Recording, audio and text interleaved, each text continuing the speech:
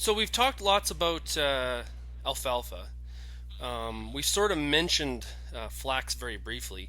Obviously, more of the a couple of the more prominent biotech crops that would concern Canadian farmers are corn, soybeans, and canola. Where do the canola growers stand on this issue? Well, they're not in support of the bill, but I don't really understand why, because they already have markets. You know, we can go back and debate what happened before, but the fact is they have markets. The farmers that are growing GE canola are successful and they're making money. And there's no reason why this bill should interfere with any new variety of GE canola that's introduced. However, if there's some country that says we don't want this new variety, then probably this bill would protect our canola industry. Right. How about the corn growers? Where do they?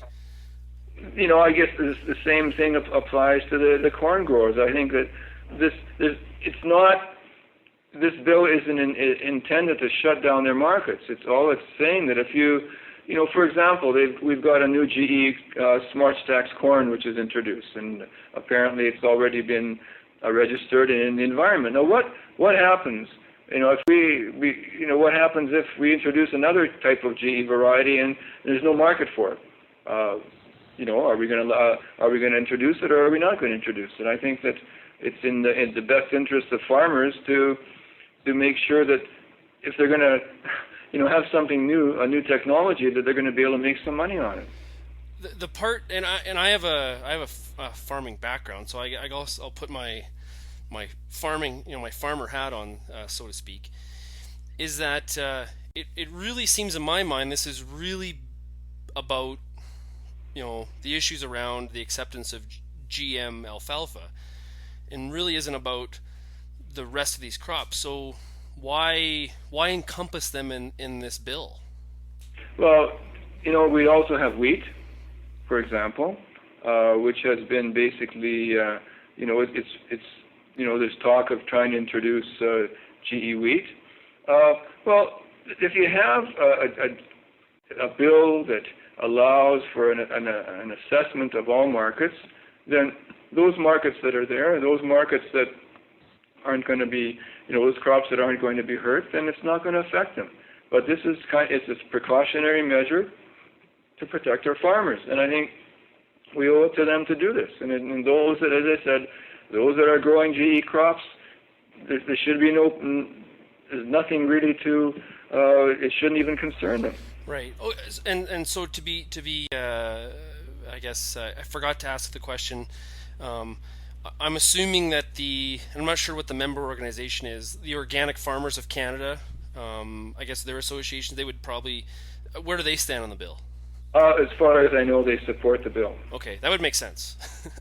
Well, if you're an organic farmer and you use alfalfa for nitrogen fixation in the soil, and that alfalfa is contaminated, you're no longer organic. You can't be classed as an organic farmer. Right, and I guess, I don't want to ask you the same. Everything seems to be about alfalfa, and I'm concerned. I guess that's coming out of the interview here. Is the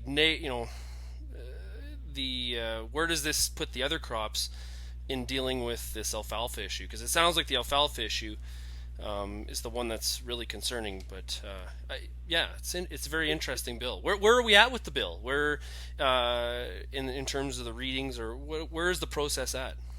The process is that the bill is before committee, and we are now listening to witnesses. We've had a couple of meetings, and the idea is that once we've heard our witnesses, we'll go through the bill, and then the committee will vote on it. That probably won't happen until the fall. The way our schedule is playing out here. Okay, and so for those of the listeners that aren't totally familiar with how this whole thing works, if it's approved in the fall, it becomes law. Is that correct? It's a little more complicated than that. Once the bill goes through committee, it has to be voted again in the House for third reading, and as with all legislation, it then has to go to the Senate. So it's not a simple process, but it's a very necessary process, and we need, just as I said, once again, listening to those fellows who came and talked to us this week, they're desperate. They need some kind of hope, something to protect their industry. And other growers have nothing to fear from this.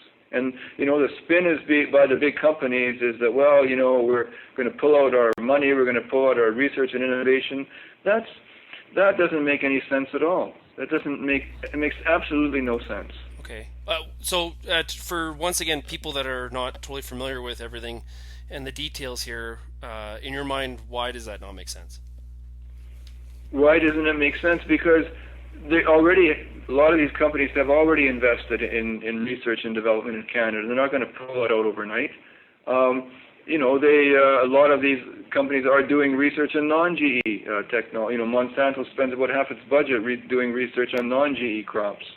I believe it's a scare tactic to kind of make farmers, make them afraid of what's going to happen, and that's wrong. The decision should be made by those that represent farmers here, together with the farming community, and not by some boardroom of one of these big companies that want to introduce more GE technology so they can make more money. So, I'll kind of put the question this way: if it's about, and it sounds like this bill is going to produce a really interesting debate, and that's why I'm trying to kind of get all sides and background on it and learning more and more all the time. If it's about protecting farmers, how come no farmer organizations are officially supporting it? Or some of those like the corn growers and the canola growers and the grain growers. How come they're not supporting it? Well, that's a good question. I would submit that perhaps they're under pressure from the industry, and industry is saying, look, if you support this, we're going to be pulling out our research and go somewhere else. And as I said, that's a scare tactic of the industry, and we shouldn't be listening to them. Right. Okay. And I guess finally, I don't want to take up any more of your time. You've been very gracious with your time. One last question is, what do you think, if implemented, where does this bill put us in terms of trade? Do you think this facilitates trade? Do you think it cuts back trade? Where do you think trade comes out in the wash in regards to this bill? I think it would improve trade, because if you introduce genetically engineered organism, and as a result your markets are shut down, then that cuts back on trade. This would at least, if we go back to alfalfa, this would at least ensure that our alfalfa growers and the seed companies and the organic industry can continue to develop and expand their markets.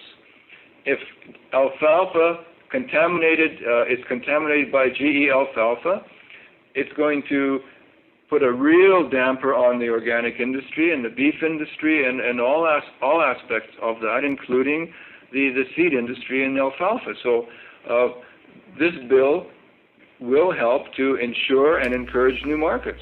That's for sure. Well, I really appreciate you joining me today. I've gone over time, but I really appreciate it. And I'm sure that we're going to hear much more about Bill 474 as we move into fall here with the committee debate and readings that are going on. And I just want to say thank you for taking the time to join RealAgriculture.com today. You're very welcome, Sean. Okay, we'll talk to you again soon. Take care. Bye-bye.